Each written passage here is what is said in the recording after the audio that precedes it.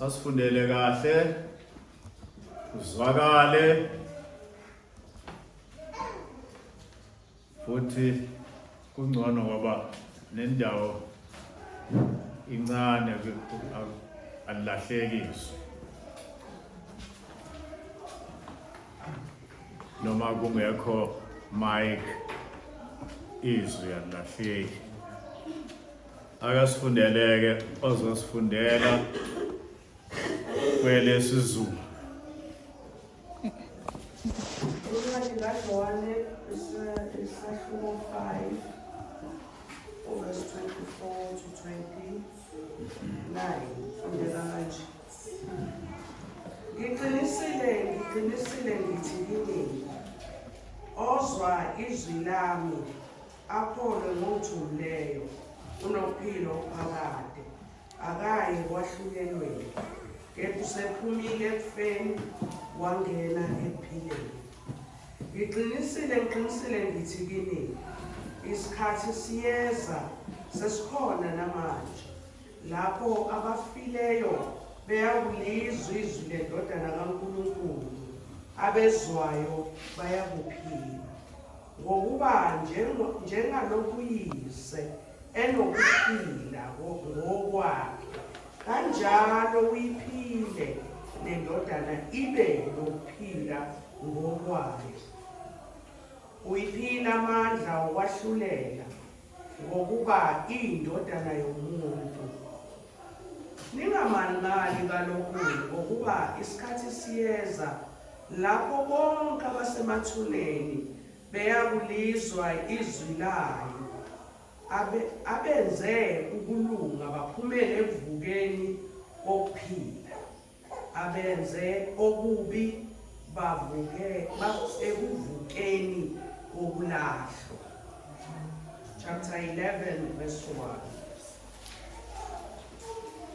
Kwakukhona othile ogulayo wakubo kaMariya nodadewabo uMartha. uMariya kwakunguye owagcoba iNkosi ngamafutha, wesula izinyawo zayo ngezinwele zakhe. Omnewabo uLazaro wayegula. Ngakho-ke odadewabo bathumela kuye bathi, Nkosi, bheka lo omthandayo uyagula. uJesu esekuzwile lokho wathi, lokhu kugula akusikho kokufa, kodwa kungenxa yenkazimulo kaNkulunkulu, ukuba iNdodana kaNkulunkulu ikhazimuliswe ngakho.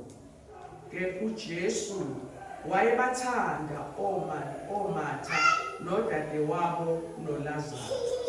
Ngakho-ke kwathi ezwa ukuthi uyagula, wahlala futhi izinsuku ezimbili endaweni abekuyo. Emva kwalokho wathi kubafundi bakhe, asibuye siye eJudiya.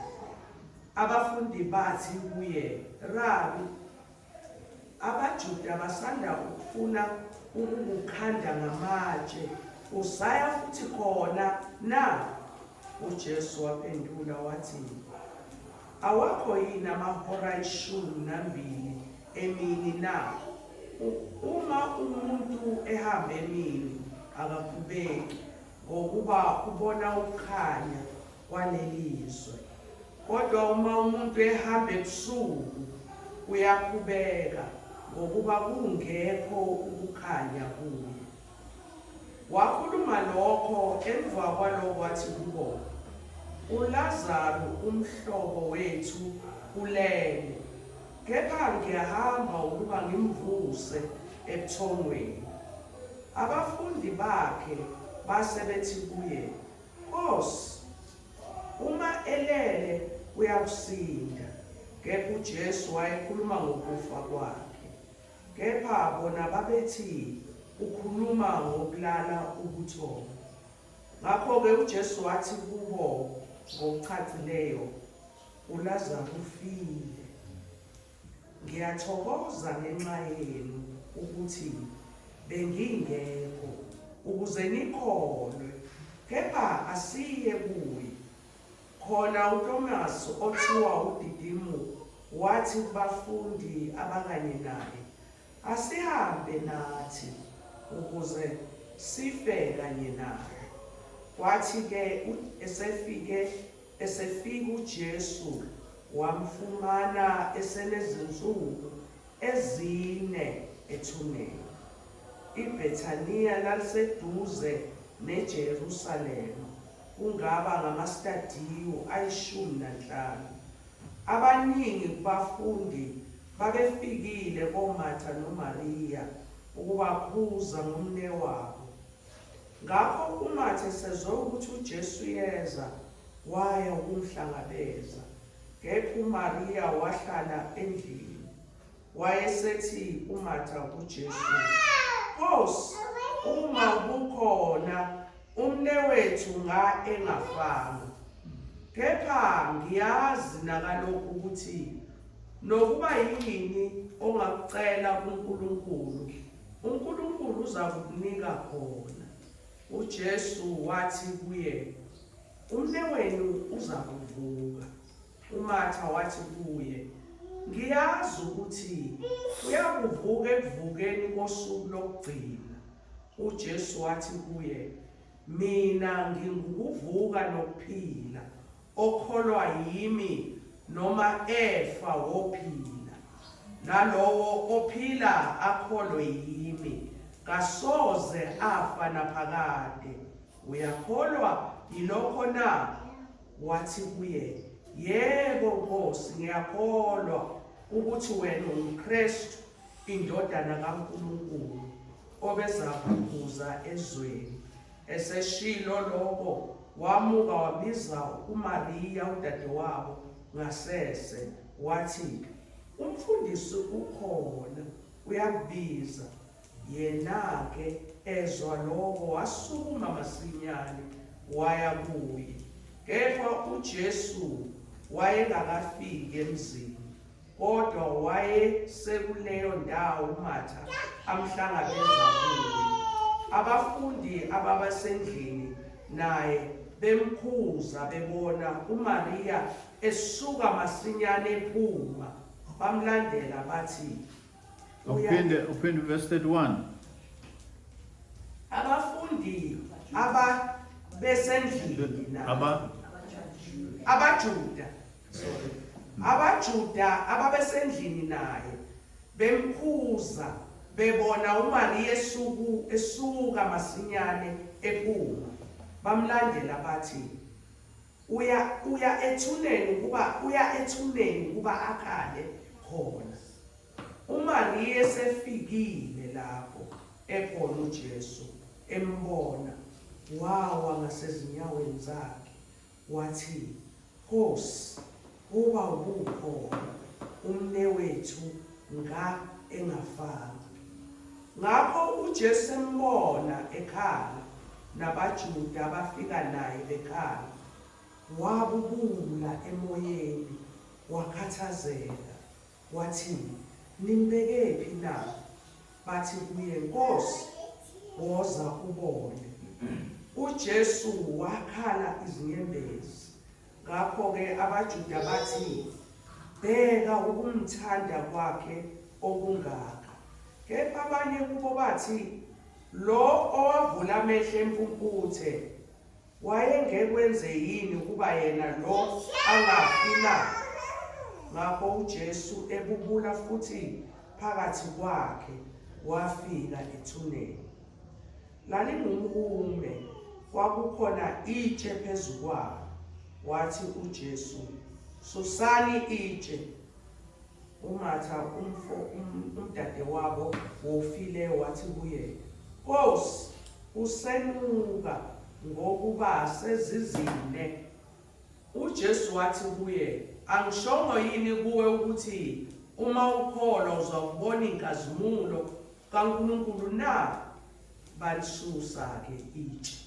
Kepha uJesu waphakamisa amehlo wathi, Baba, ngiyabonga ngokuba ungizwile. bengazi mina ukuthi ungizwa njalo, kodwa ngenxa yesixuku esingiphahlileyo ngishilo lokho ukuze bakholwe ukuthi nguwena ongithumileyo.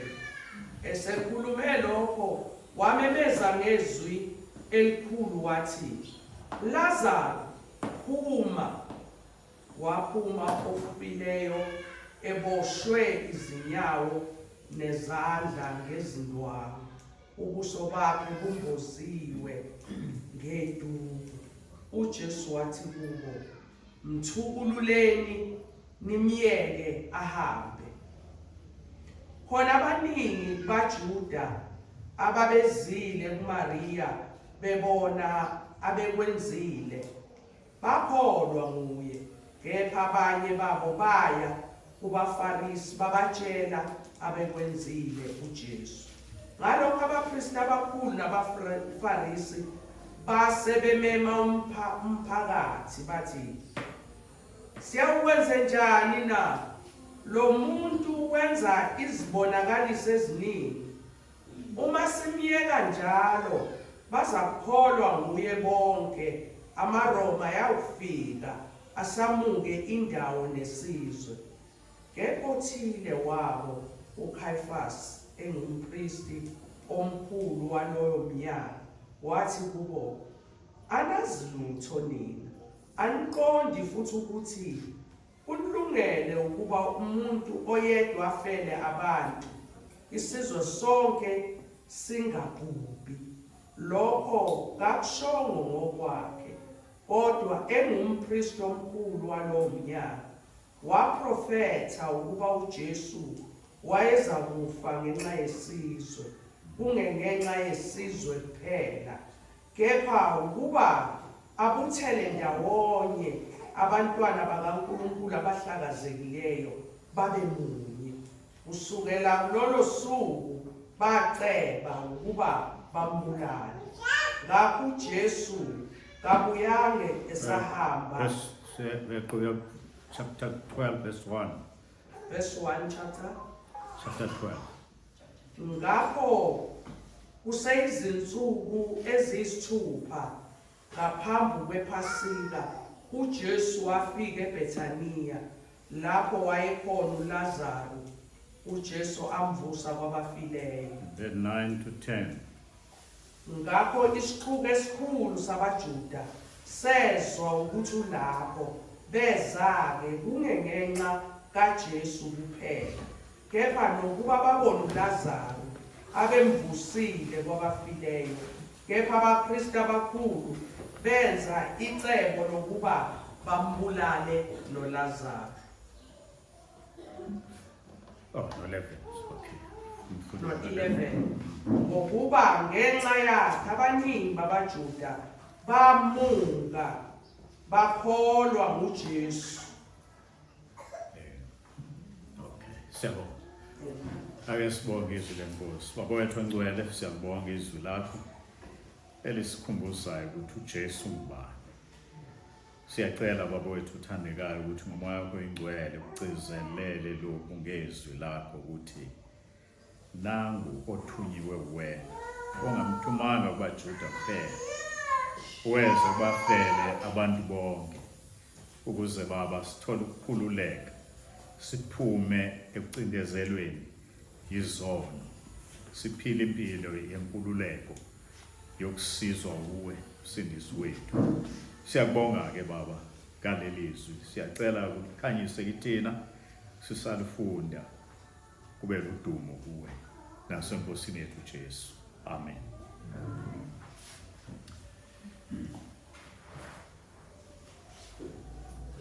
Sifundile kulezi insuku sikhuluma I am kaJesu, ukuthi kukhona izindawo asho kuzo ukuthi I am. Saqala ngokuba athi ngiyisinkwa sokuphila, I am the bread of life, okusho ukuthi uyena yedwa owenza ukuba ukuphila kube worth it. Ubone ukuthi kufanele ukuphila. Umnandi ukuphila. Ngoba kwesinye isikhathi abanye abantu kuye kufike isikhathi lapho ethi khona ngisaphilelani. Osenkosini uJesu. Odle uJesu. Oyisinkwa sokuphila. Wanelisiwe noma esesimene esinjani. Wakusho lokho uPaul one time. Akekho umuntu oyehlupheka njengoPaul. Kodwa uthi nganelisekile noma ngisesimene esinjani, uthi ngifundile ukwaneliswa. Ingakho ethi ke nginamandla okwenza konke ngaye ongiqinisayo. Because waye noJesu omnikeza ukuba aneliseke, ukwanela kukuJesu. Okunye futhi akukhuluma ke uJesu ngaye lapha ku chapter 8 wathi yena mina ngingukhanya kwezwe, ongilandelayo akasoze ahambe kumnyameni kodwa woba nokukhanya kokuphila. Sikutholile lokho last Sunday ke sibone lapho ethu Jesu khona mina yisa ubeyathi futhi mina ngiumalusi wezimvu. Uyisango lezimvu, umalusi wezimvu. So if umalusi wezimvu kusho ukuthi ongekho kuJesu udukile. Ngoba lithini izwi kaNkulunkulu lapho Isaiah 53 verse 6. Akasho yet. Isaiah 53 verse 6. Thina sonke sedukile njengezimvu, sahamba ilona lo endleleni yakhe. So without Christ you are lost. Uma engekho uJesu empilweni yakho, you are lost. You are lost. Wedukile. Abantu abaningi ke abakuthandi lokho batshela ukubedukile. Uma umtshela umuntu noma ekhuluma into ukuthi weduka umtshela kwangathi weduka. Uyadina. Kodwa udina umuntu onjani? Odukile. Ngaphandle kukaJesu udukile. You are lost without Christ. Namhlanje na ke sithola lapha ethi khona ngikuvuka nokuphila. Uka 5 lokho asho khona. I am the resurrection and the life.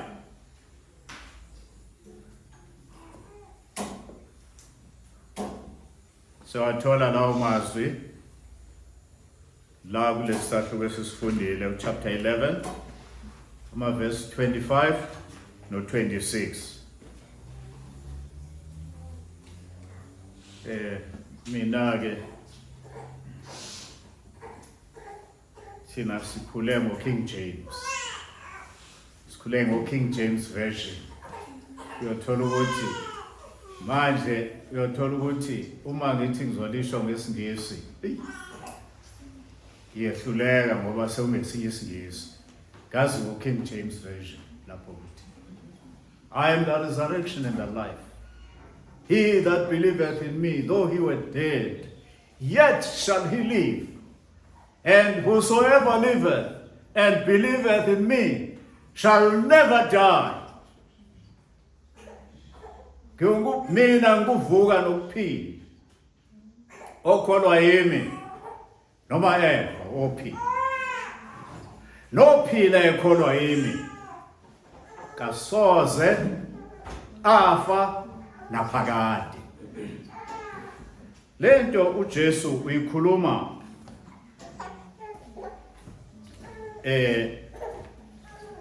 emngcwabeni, hayi emngcwabeni. Uzothi kwakuyini? Uyikhuluma emathuneni. Uthi ukuvuka nokuphila. Okholwa yimi noma efa wophila.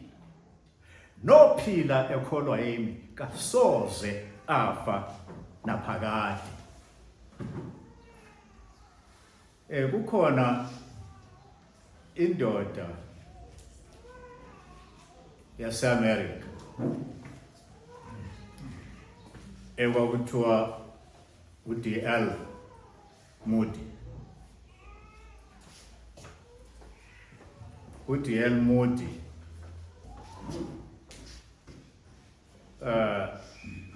wathi uma uzwe ukuthi uD.L. Moody ufile ungakholwa lokho,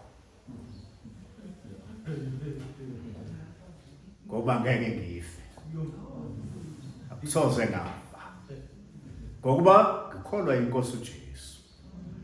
Ungathi ngifile ngoba ngihambile ngaye enkosini yami, kangangoba nangumzukwanefa washo bathi wakukhuluma lokho ukuthi hawu esengiyabona lapho ngiyakhona, sengiyaya ekhaya,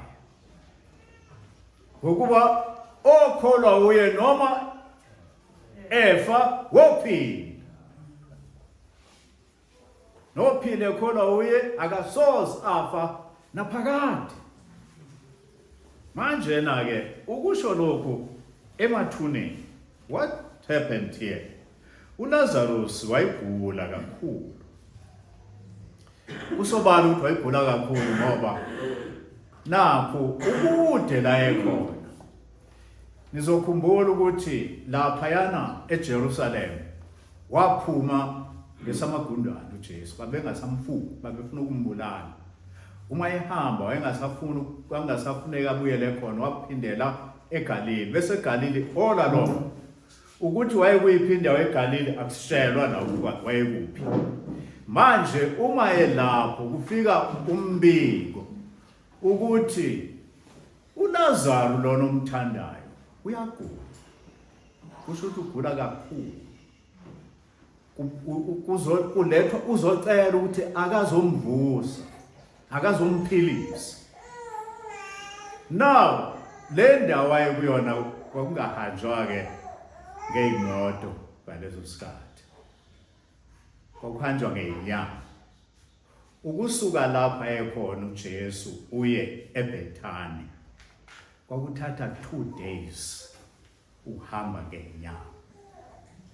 So ekusho ukuthi abantu abafika bezobika bahamba lo 2 days beya khona bemshiye egula uLazaro. Uma befika khona bafika kuJesu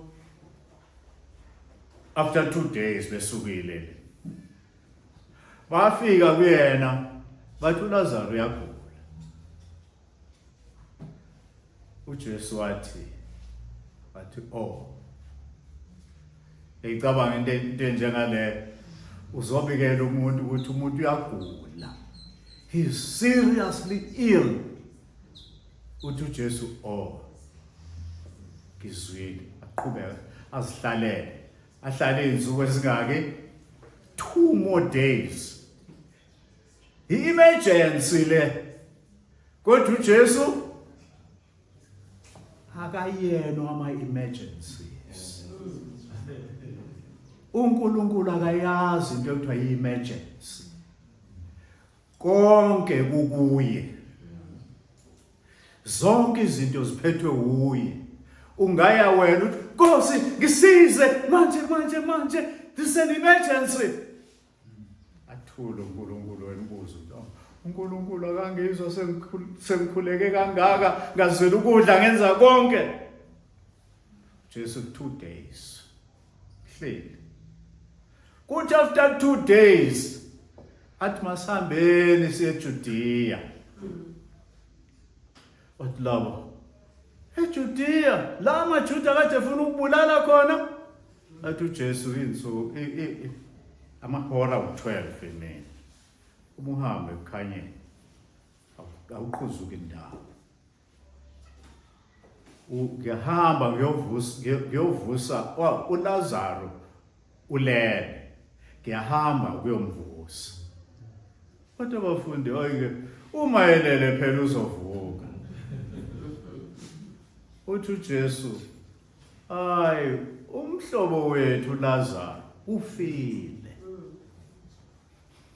Usho ukuthi ufile sena 2 days efile. Lo 2 days ehlele uJesu engahambi uyangcwatshwa uLazaro. Ufile ngalolo suku lezinsuku ezimbili wangcwatshwa. uJesu imayisazohamba another 2 days.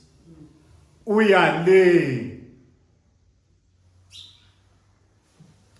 uJesu akasiye wama-emergencies. In control ngazo zonke izimo. Uma efika lapha yana, uthini udadewabo? Uma efika, khona into ayisho uJesu lapha verse 4, 11 verse 4. Uma esefile, esikhundleni sobuJesu kube ngathi kuyamhlupha lo phesele. Uthini? Engakafi, sorry, esagula, sorry. Uthini verse 4? uJesu esekuzwile lokho wathi, lokhu ukugula akusikho ukufa, kodwa kungenxa yenkazimulo kaNkulunkulu ukuba indodana kaNkulunkulu ikhazimuliswe ngakho. Yebo. Uma kufunda kwelesingisi iNASB ithi, this sickness is not to end in death, but for the glory of God, so that the Son of God may be glorified by it. uJesu ukhazimuliswa nasesimene esinjani? Esibuhlungu. Uthi lokho kuba akhazimuliswe uNkulunkulu. This is for the glory of God. It's not for death. Akuzugcina ekufeni masingayibuyisa ngalokhu umusho kulapha.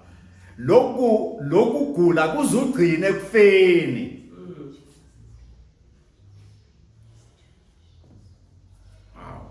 Uyahamba. Uma efika lapha yana, uhlangana noMartha, verse 21. Amazwi kaMartha uma efika, cabanga kade elindile uMartha, ngiyacabanga ukuthi wayethi ngoba uyamthanda uLazaro, babasho bathi lo umthandayo uyagula. Kunoma uJesu aphuthuma athi uyagula, hayi kune-emergency angiphuthume, hayi uqhubeka kwenza uJesu akazayinaka yonke leyo ndaba. Uyazi ukuthi ngesikhathi sakhe uzokwenza kufanele akwenze. Manje you can imagine kwakunjani kuMartha ethumele azi futhi ukuthi lapha abantu bafikile bamtshela uJesu. Kwakunjani? 2 days bahambile, namba sebebuyile, akakafiki yena. Mhlawumbe wayelindele uzofika nalomuntu abemthumile. Akafiki. Uyagula umfowethu. Uyafa. Khona la. Useyafa. Uyangcwatshwa. MaJuda ngcoba ngalolo suku. Uyangcwatshwa kafika uJesu. Now uma esefika 4 days esengcwatshiwe. 4 days after the funeral, uyafika uJesu. Akatatazeli. Niyeso bazalwane. Akatatazeli uJesu. Hey.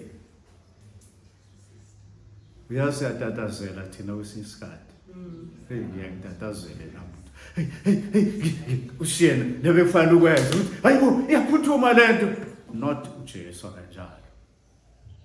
uNkulunkulu kanjalo. In fact ngenxa yokutatazela imvamisa sakha senza amaphutha amaningi thina ekutatazeleni. Ake nginikhumbuze le testament elidala. uSaul inkosi wayelindele uSamuel umpriest ukuthi azokwenza umhlatshelo ukuba ngoba uyempini enza umhlatshelo kuJehova. walinda namabutho akhe lapha, walinda baqala abantu manje kade belindile akafika umpriest bamonyuka one by one. Kwathi ukuthi hayibo nansi impi igasele kodwa asikalungele ukuthi siye empini, ngeke futhi siye empini singakhulumanga nenkosi yethu uJehova. Wabona ukuthi manje hayi engathi kuyonakala, kwatatazela buyisani lethani asihlabe ngizokwenza mina umhlatshelo. La eqeda kukwenza amukiyana uSamuel, usambela kahle uSamuel, uhamba noJehova, usambela kahle uSamuel. Uthi yini ke manje lo suyenzile? Hayi ngibonile ukuthi sesoze singene empini ngingakhulekanga ngase ngiwenza. Wathi wenze ngobubula. When sitatazela, it's so easy to senze ngobubula. I have seen it. Even la ebandleni thina abazalwane ubone kwesisikhathi hey sitatazele la ngoba sithi siphuthuma isimo esikhona siwalalela ukuthi uNkulunkulu uthini, uthi asenze kanjani uma kunje. Akatatazeli yena. Jesus takes his time. Futhi akanandaba ukuthi abantu bazothini. Uma efika uMartha noMaria noLazaro kungabangani abakhulu bakho uJesu. Ukuthi ngithi uMartha lapho sewazosiphoqa umuntu ebesimethemba yaze yafa ingane yakwethu. Konganjani kuwena? Wazi ukuthi nangu umuntu ebezosiza manje ingane yakwethu isishonile.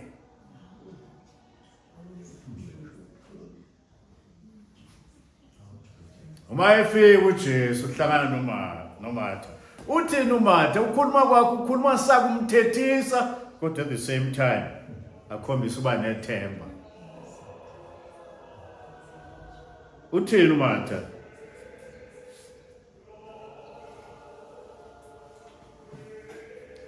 Nkosi ukuba ukhona umnewethu ngaye ngafanga. Ukuba ufikile Nkosi umnewethu ngaye ngafanga. Kodwa kwaba sekhona ithemba, wathi mayisekhona ngoba awulifundile lozo. Wayesethi uMartha kuJesu, Nkosi, uma ubukhona umnewethu engafanga. Yes. Kepha ngiyazi nakalokhu ukuthi nokuba yini ongakucela kuNkulunkulu, uNkulunkulu uza kukunika khona. Kepha ngiyazi ukuthi noyikuphi okucela uNkulunkulu uza kunika khona. But ikhona lento yokuthi unesikhalo ukuthi why ungasheshi Jesu? Awukahlala nesimo esinjengaleso.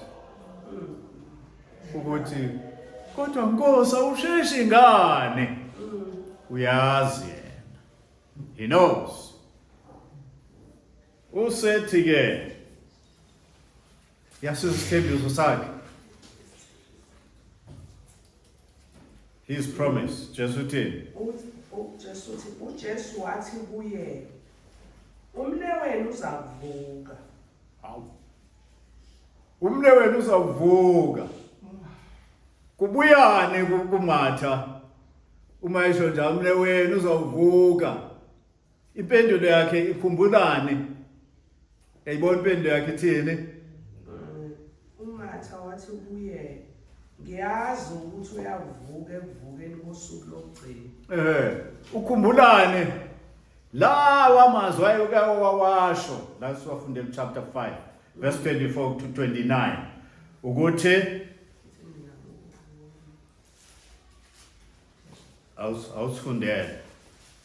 awusifundele lawo mazwi ayo ukhumbula wona manje uzawuvuka uthi yebo ngiyazi ukuthi uzawuvuka ngosuku lokuvuka kwabafileyo. Ufunde lapha chapter 5 verse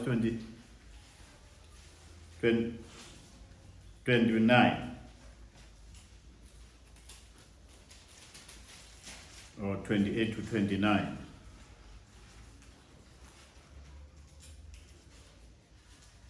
Ningamangali ngalokho ngokuba isikhathi siyeza lapho bonke abasemathuneni beyakulizwa izwi layo. Yebo. Abenze ukulunga baphumele ekuvukeni kokuphila. Abenze okubi ekuvukeni kokulahlwa. Yebo. Usho njalo uJesu ukuthi washo lawo mazwi buya wona manje uzawuvuka ukuthi ngalelo suku. Uthi uJesu kwangathi awuboni ukuthi ukhuluma nobani. I am the resurrection and the life. Ngikuvuka nokuphila. Ngila mina ngikuvuka. Ngila okholwa yimi noma efa wophila. Nophila ekholwa yimi kasozafa naphakade. Lesithembiso usikhuluma manje kulesikhathi samanje nasesikhathini esizayo. Isithembiso lesi asinikeze hayi uMatha benoMaria kuphela kodwa wonke umuntu okholwayo ukuthi uhamba nobani empilweni yakho nokuvuka nokuphila. Awuhambi nokufa. Ngoba uma uhamba uthi uthwele ukufa emzimbeni wakho angithi ngoba uzofa ngenilanga uthi uphethe uthwe phakathi kuwe there is resurrection and life. Uthi okholwa yimi noma efa wophila. Nophila ekholwa yimi akasozafa naphakade. So ke umntwana kaNkulunkulu eyihlala uyazi le ndaba ukuthi usoze wafa naphakade. Awusoze wafa naphakade. Khona iculo abelicule litsho njalo. Angani niyalazi indilo chorus ethi sifikile isikhathi sikaThixo eAfrika. Niyalazi? Sifikile isikhathi sikaThixo eAfrika.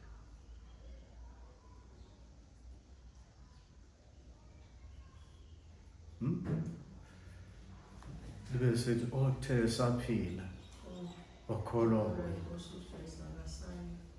akasayi usedlulile ekufeni nena ukuphila uyalasamukela akulisho sifikile isikhathi sikaThixo eAfrika nanguJesu oyindlela neqiniso nokuphila uthe esaphila wakholwa nguye akayikufa othe esaphila wakholwa nguye akayikufa usedlulile ekufeni wangena ephile nokuphakade usedlulile ekufeni wangena ephile nokuphakade. sifikile leso sikhathi la eAfrika. Okay, manje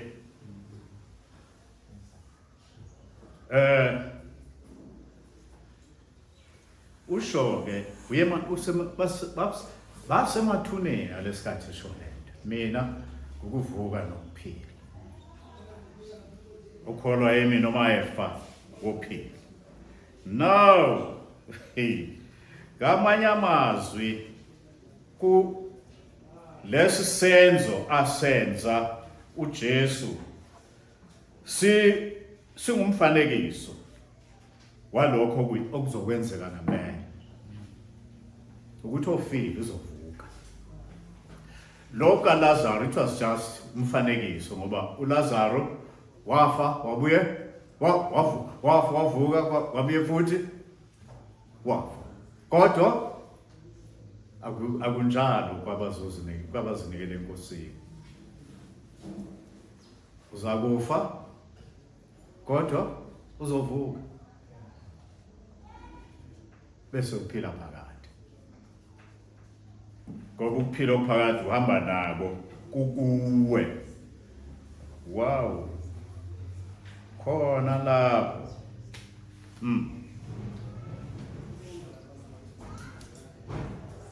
Awusifundele lapha uverse 35.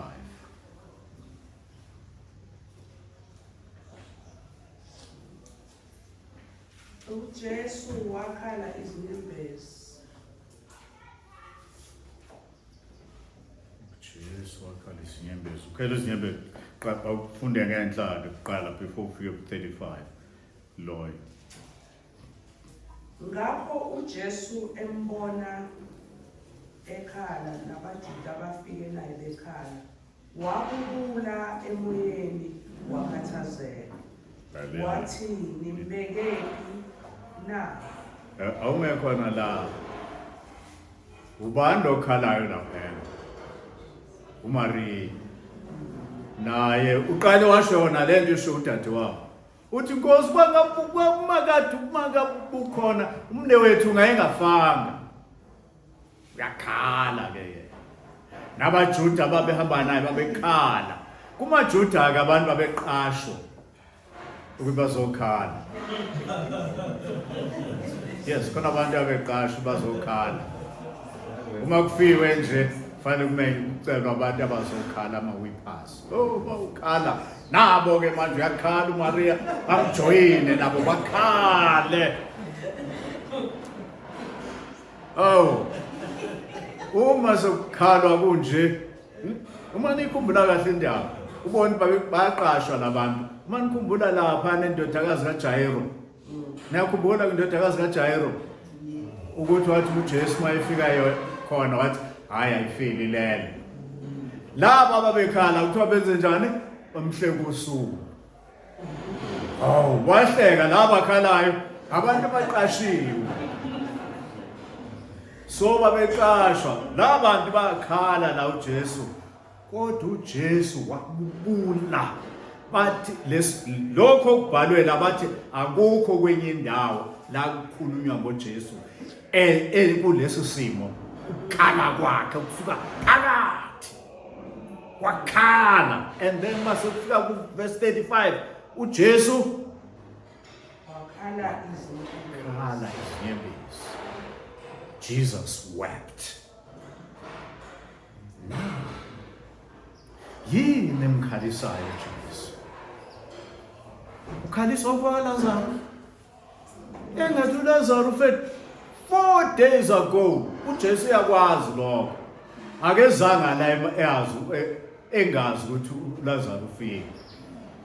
4 days ago. Pho ukhalisa yini emkhalisayo? Ake ngitshela bazalwane ngicabanga ukuthi yini emkhalisayo. Yebo.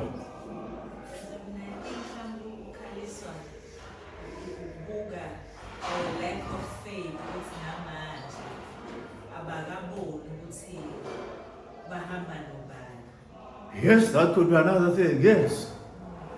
Empeleni abakaboni bamba nobani ngoba kunjani? Kumnyama. Ukhaliswa ubumnyama bukhungethe izwe. Ukhaliswa ubumnyama bakubona abantu. Uyakhala.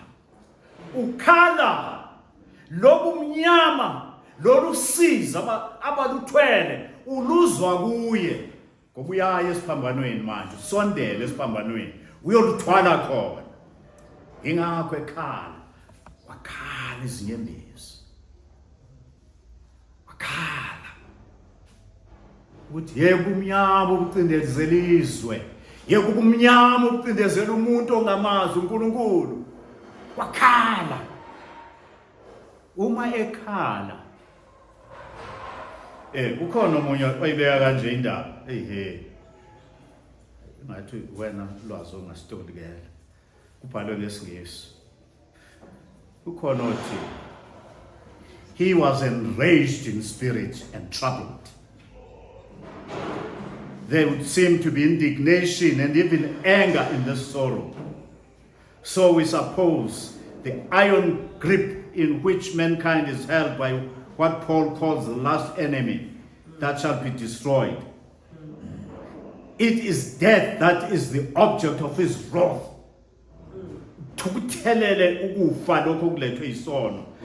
And who he has come into the world to destroy.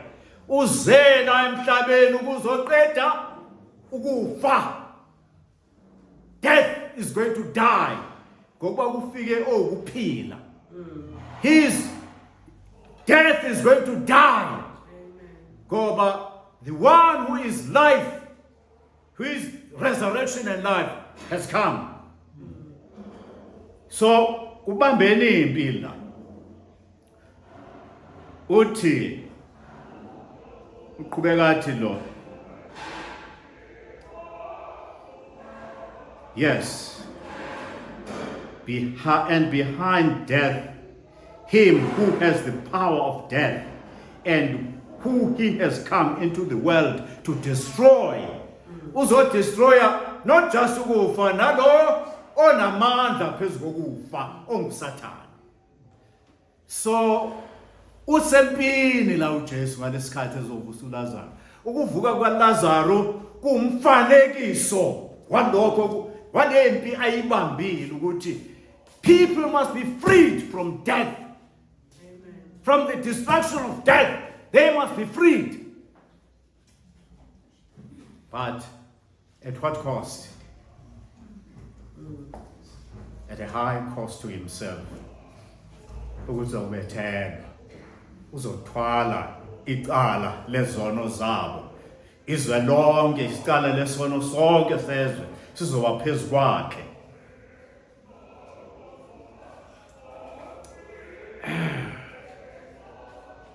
Awufundeke lapho esefika emveni kwalokho wenze njani? Ngakho ke abaJuda bathi bheka ukumthanda kwakho ungaka. Babona bona uthanda kaLazaro. Ababona uthandwa bona. Yes. Kepha abanye kubo bathi lo wavula amehlo empumputhe wayengekwenze yini ukuba yena lo angafi. Okay. Lapho uJesu ebubula futhi phakathi kwakhe wafika ethuneni. Lalingumume kwakukhona itshe phezu kwakhe. Wathi uJesu, susani itshe. uMatha udadewabo wofileyo wathi kuye, Nkosi, usenuka ngoba sezizine. As if uJesu akazi. Wow. Okay.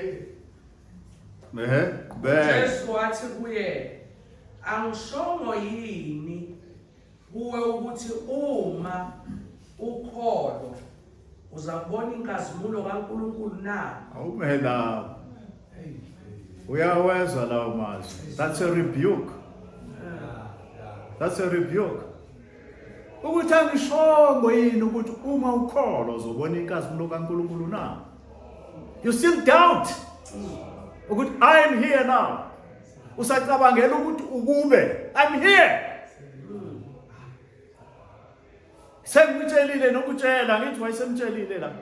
Ngenhla lapha yana ukuthi I am the resurrection and the life. Ngikuvuka nokuphila. Okholwa yimi noma efa wophila. Manje you still don't believe. Khona leyo ndoda yaza kuJesu. Wathi uJesu eyasimizwe umngabazi kulelwa ingane. Yayo yathi uma ungakwazi ukumsiza. Athi uJesu uma ngingakwazi ukumsiza. If ukholwa, everything is possible to him who believes. Ithi le ndoda, Nkosi ngiyakholwa. Siza ukukholwa kwami. Siza ukukholwa kwami. Into ayifana ayisho uMatha la ngathi mwasho ngenhliziyo wathi Nkosi siza ukukholwa kwami. Siza ukukholwa kwami kufishane kakhulu. Wenze njani after that? uJesu wathi kuye angishongo yini ukuthi mina ukuthi uma ukholwa Yes. uzakubona inkazimulo kaNkulunkulu na Yes. balisusa ke itshe kepha uJesu waphakamisa amehlo wathi Baba ngiyakubonga ngokuba ungizwile. Yini uJesu abonga ubaba? Hinda akahambi yedwa. Uthi konke engikwenzayo ngikwenza noBaba. Ngenza intando kaBaba. Uthi manje ngiyabonga Baba ngoba ungizwile. Right? Bengazi mina ukuthi ungizwa njani. Oh yes. Kodwa ngenxa yesixuku esingiphahlileyo ngishilo lokho ukuze bakholwe ukuthi nguwena ongithumileyo. Oh yes. Esekhulume lokho wamemeza ngezwi elikhulu wathi Lazaro phuma. Waphuma ofileyo eboshwe izinyawo nezandla ngezindwangu. Ubuso bakhe bumboziwe ngeduku. uJesu wathi kuye kubo mthukululeni nimyeke ahambe. Oh yes. Jesu uvuka usaboshiwe kwenze konke lokhu khona mthukuleleni avuka ahambe. Wamthulula isibopho wavuka wahamba uLazaro. Okay, ngeke kube njalo kuwena elanga lokuvuka kwabafileyo. Ngeke uvuke uboshiwe. Indwangu bangakuboshiwe, ibhokisi. How wasteful we are. Sithenga amabhokisi 100,000, siyofaka umzimba lozobola. Thathe lelo bhokisi noma angabuya uJesu sanda kufaka lona lilisha linjalo lilihle linjalo liyosala ngeke akho sidingo nokuthi kuthiwa awuqaqha ibhokisi akhishwe. No, you just come out. Akumbiwe ithuna lele biyefaka nosimende lisinende impela ubhale nemibhalo ukuthi ubani washona umuntu unyaka. Konke lokho akuyiba inkinga uyovuka uma ukholwa inkosi uJesu. Uma ukholwa uye. Uma ukholwa uye. Oh yes. Bamthukulula. Qhubeka. Verse 43. 43. Esekhulume lokho wamemeza ngezwi elikhulu wathi Lazaro phuma. Waphuma ofileyo eboshwe izinyawo nezandla ngezindwangu ubuso bakhe bumboziwe ngeduku. It's unfortunate translation is so lapho uthi waphuma ofileyo phuma kanjani efile. Waphuma bekade efile. Yes, the man who had died came out. I, the dead man. The man who had died. isiZulu sikhuluma as if the dead man. Bayikhona. uJesu wathi kubo mthukululeni nimyeke ahambe.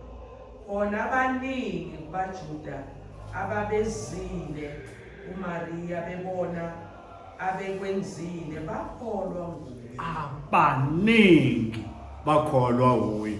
Hey, how would you feel emngcwabeni ukuthi umngcwabo omunye umngcwabo kube nabantu abeqile 1000 mhlawumbe 2000 wabantu balapha emngcwabeni manje babe nangaphandle. Hey, bese ukuthi imajority yalabo bantu kade Shumayela baphenduka. How would you feel? Anisho webavangeli. How would you feel?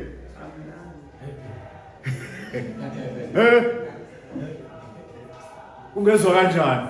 Hey, uShumayela wesowenza altar call. Majority abantu izinikele enkosini. Ngeke ujabule? Jabulile nayizolo ibisi. Yes, ujabule impela. Kodwa let me tell you again. Akuphinde ngeke ngakusho. Leyo 1000 yabantu, awuma thousands wabona isukuma. Umbuzo uthi ufika umoya ingcwele endlini lapha kwi-upper room ngelanga le-Pentecost babe kuphi? There were only 120 there. Ngeke kusho ukuthi abantu abaningi kubala 120 ngithi 120 ku-include abafundi laba ehamba nabo uJesu. Those were the only people who were there. Bapha abanye iningi. Let me tell you something.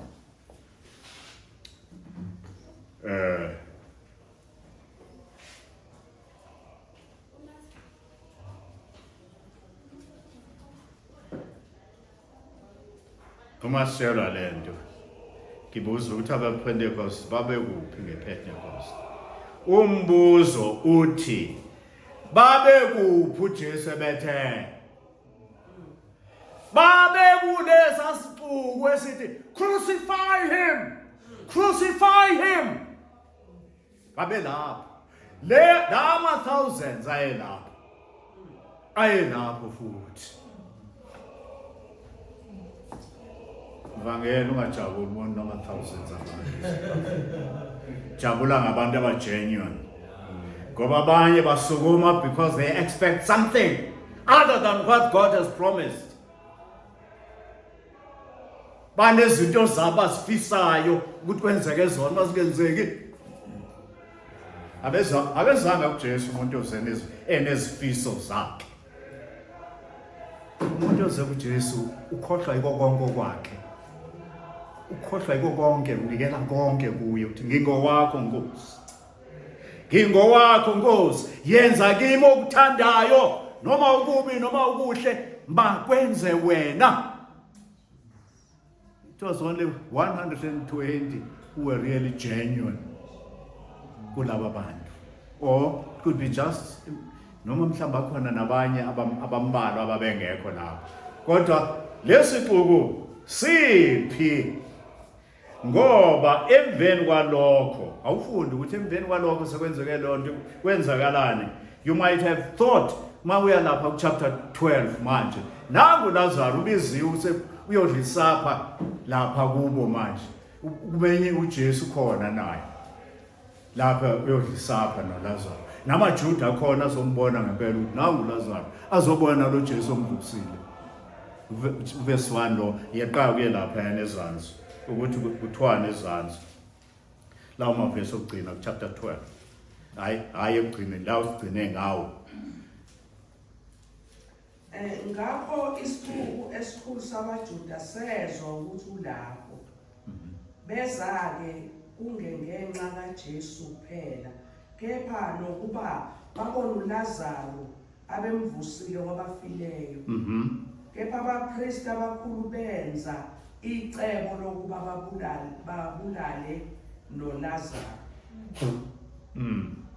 Benza icebo. Sithini ngeXhosa? Benza iyelenqe lokuba abulawe. KwaSuthu Maqheka.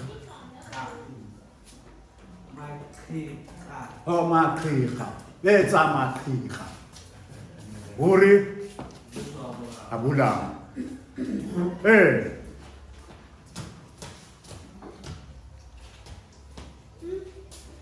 What for? Ubeka uzubulawelani manje? Funda.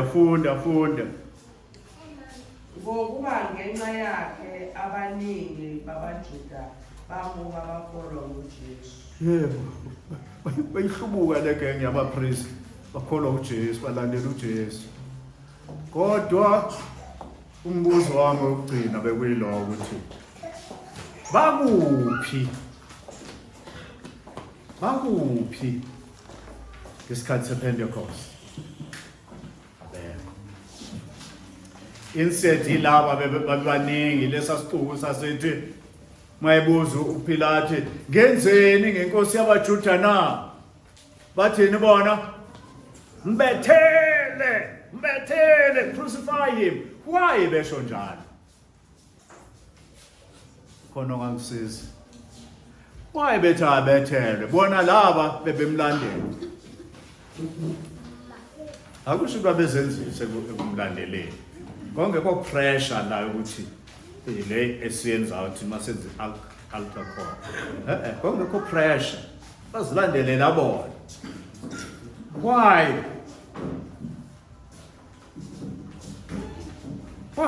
but makabethelwe? Can anybody help?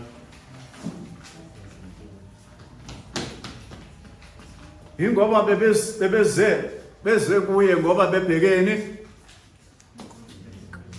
babheke ukuthi inkosi yamaJuda uzokhulula amaJuda ekugqilazweni amaRoma, ngoba amaJuda ayiphansi kwengcindezi yamaRoma. Babebheke lokho manje badumala uma bebona eseyobethelwe. What type of king is this? What type of king is this? Is this the real Messiah we're waiting for? Akabethelwe. Oh yes. Bakhona abantu abeza kuJesu ngoba bebheke ezinye izinto angazange azithembisa yena. Abazithembisa bona ngokwabo ukuthi bafune uma izinikela kuJesu uzoba nalezo zinto. Oh angithi amatende amayo namhlanje kuthiwa kushunyayelwa ivangeli lani lemsebenzi, ukuthi ongasebenza uthola umsebenzi, ongashadile uzothola umendo, ongenangane uzothola ingane, ogulayo uzophila.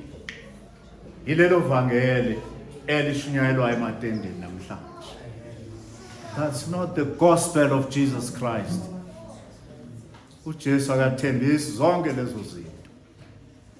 uJesu uthembisa ukuphila okuphakade kuloza kuye, ukuthi mina ngiyukuvuka nokuphila, okholwa yimi noma efa wophila, nophila ekholwa yimi kasoze afa.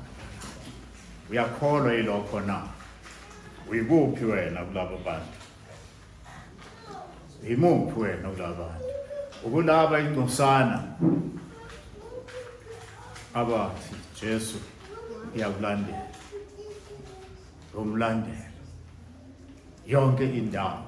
Pharaselidala elalishuthi ngomlandela, somlandela uJesu lapha eyakhona ngomlandela, noma uyilabo ababheke ukuthi uzokwenza isifiso zami, uzokwenza into ezithandwa yimi. Awuze enkosini ngoba ufuna izokwenza intando yayo. Uze enkosini ukuze wenze intando yayo.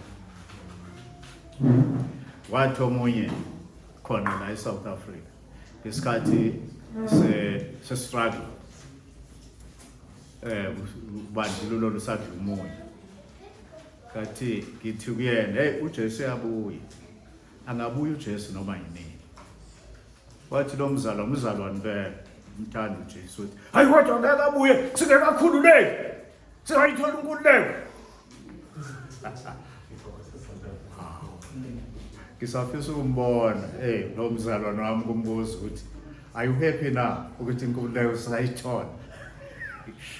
Usengabuye kulungile. Are you happy? Mhlambe uma ngasho njalo kuyena wathi, hey isiphathelene. Uyabona ukuthi kunjani manje? Izinto kunoba zibe ngcono. Kunjani makunje? Ngoba inkululeko ekuyinkululeko ngempela, inkululeko kuJesu. Wena noma izinto zinjani uyaphila. Ukuphila kwakho akumi ngezimo, kumi ngalowo phila phakathi. Cela oyedwa asiphakamisele Nkosi inkululeko.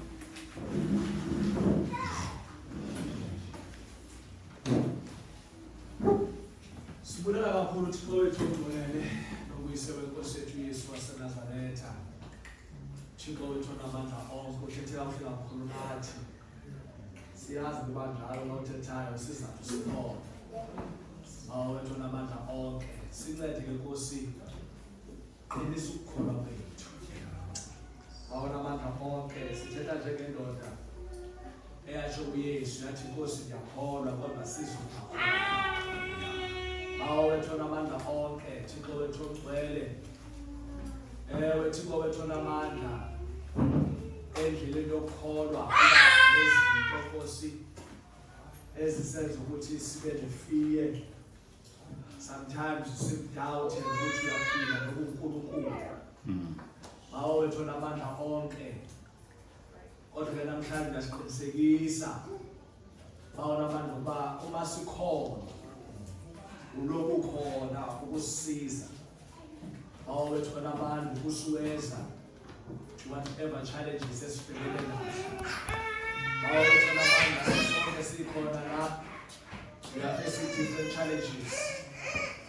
Wethu ongcwele kodwa Nkosi uqinisekisa ukuthi namhlanje uma sikhona. Wethu onamandla izwi lakho Thixo wethu ongcwele linjalo ukuthi liyenzeke okushilo awushintshi wena kuba njalo. Wethu ongcwele awulikhuluma izwi ulijikele kodwa ukhuluma izwi ubuye futhi ulenze. Onamandla siyabonga kakhulu-ke nangomkhonzi wami Nkosi okhulume ngaye ukuthi uNkulunkulu ongcwele hlala njalo Nkosi ulokuzala ukugcwalisa Thixo wethu onamandla ngamandla kaMoya oNgcwele nangalo izwi lakho. Siyabonga kakhulu egameni leNkosi uJesu. Amen.